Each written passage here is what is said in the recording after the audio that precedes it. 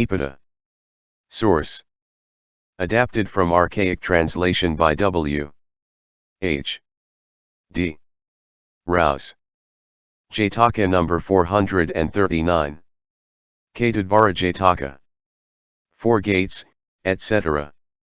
This story the master told at Mindriven monastery, about a certain unruly person. The circumstances have been already set on in the first birth of the 9th book. Here again the master asked this brother, is it true, as they say, that you are disobedient? Yes, sir. Long ago, said he, when by disobedience you refused to do the asking of wise men, a razor wheel was given to you. And he told a story of the past. Once upon a time, in the days of the Buddha Kashyapa, there lived in Benares a merchant, whose wealth was 80 crores of money, having a son named Mindriven. The mother and father of this boy had entered upon the first path, but he was wicked, an unbeliever. When in due course of time the father was dead and gone, the mother, who in his stead managed their property, thus said to her son, my son, the state of man is one hard to attain. Give alms, practice virtue, keep the holy day, give ear to the righteous path. Then said he, mother, no almsgiving or such like for me. Never name them to me. As I live, so shall I fare hereafter. On a certain full moon holy day, as he spoke in this fashion, his mother answered, son, this day is set apart as a high holy day. Today take upon you the holy day vows. Visit the enclosure, and all night long listen to the righteous path, and when you come back I will give you 1,000 pieces of money. For desire of this money the son consented. As soon as he had broken his fast he went to the enclosure, and there he spent the day.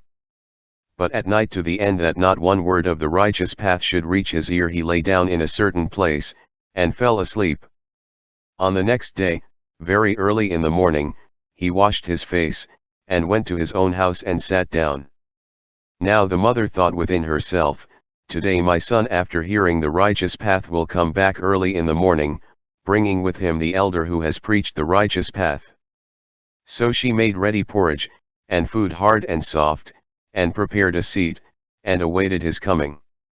When she saw her son coming all alone, son, said she, why have you not brought the preacher with you? No preacher for me, mother. Says he. Here then, said the woman, you drink this porridge. You promised me 1,000 pieces, mother, he says, first give this to me, and afterward I will drink. Drink first, my son, and then you shall have the money. Said he, no, I will not drink till I get the money. Then his mother laid before him a purse of 1,000 pieces. And he drank the porridge, took the purse with 1,000 pieces, and went about his business. And so thereafter, until in no long time he had gained 2 millions. Then it came into his mind that he would provide a ship, and do business with it. So he provided a ship, and said to his mother, Mother, I mean to do business in this ship. Said she, you are my only son, and in this house there is plenty of wealth. The sea is full of dangers. Do not go. But he said, Go I will, and you cannot prevent me. Yes, I will prevent you, she answered, and took hold of his hand. But he thrust her hand away, and struck her down, and in a moment he was gone, and under way.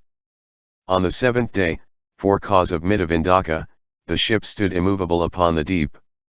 Lots were thrown, and thrice was the lot found in the hand of Mindriven. Then they gave him a raft. And saying, Let not many perish for the sole sake of this one, they threw him drifting upon the deep. In an instant the ship moved fast on with speed over the deep. And he upon his raft came to a certain island. There in a crystal palace he saw 4 female spirits of the dead. They used to be in suffering 7 days and 7 in happiness. In their company he experienced bliss divine. Then, when the time came for them to undergo their penance, said they, Master, we are going to leave you for 7 days. While we are gone, stay here, and be not distressed. So saying they departed. But he, full of longing, again embarked upon his raft, and passing over the ocean came to another small island. There in a palace of silver he saw 8 other spirits. In the same way, he saw upon another island, 16 in a palace all of jewels, and on yet another, 32 that were in a golden hall.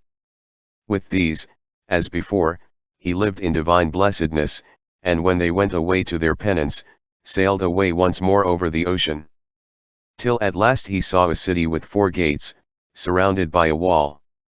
That, they say, is the Asata hell, the place where many beings, condemned to hell, endure their own deeds. But to Mindriven it appeared as though a city all beautiful. Thought he, I will visit the city, and be its king. So he entered, and there he saw a being in torment, supporting a wheel sharp as a razor. But to Mindriven it seemed as though that razor wheel upon his head were a lotus bloom. The 5 times chains upon his breast seemed as it were a splendid and rich dress. The blood dripping from his head seemed to be the perfumed powder of red sandalwood. The sound of groaning was as the sound of sweetest song. So approaching he said, Ho, man! Long enough you have been carrying that flower of lotus. Now give it to me.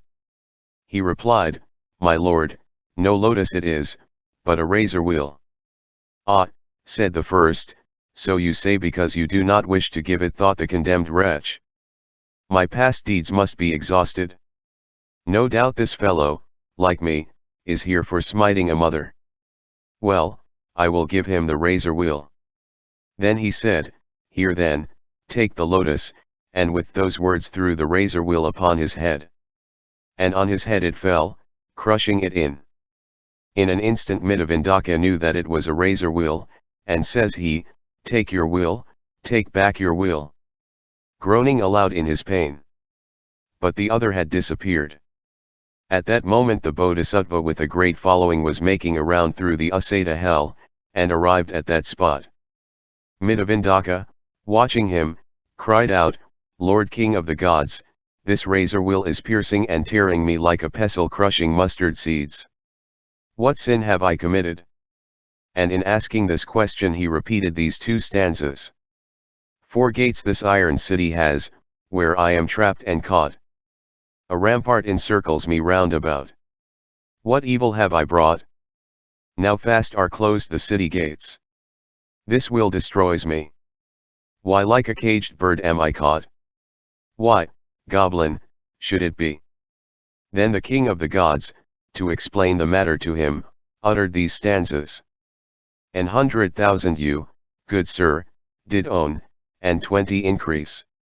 Yet to a friend you would not lend your ear, when he would speak. Swift did you flee across the sea, a perilous thing, I think. The 4, the 8, did visit straight, and with the 8, 16. And with 16 the 32.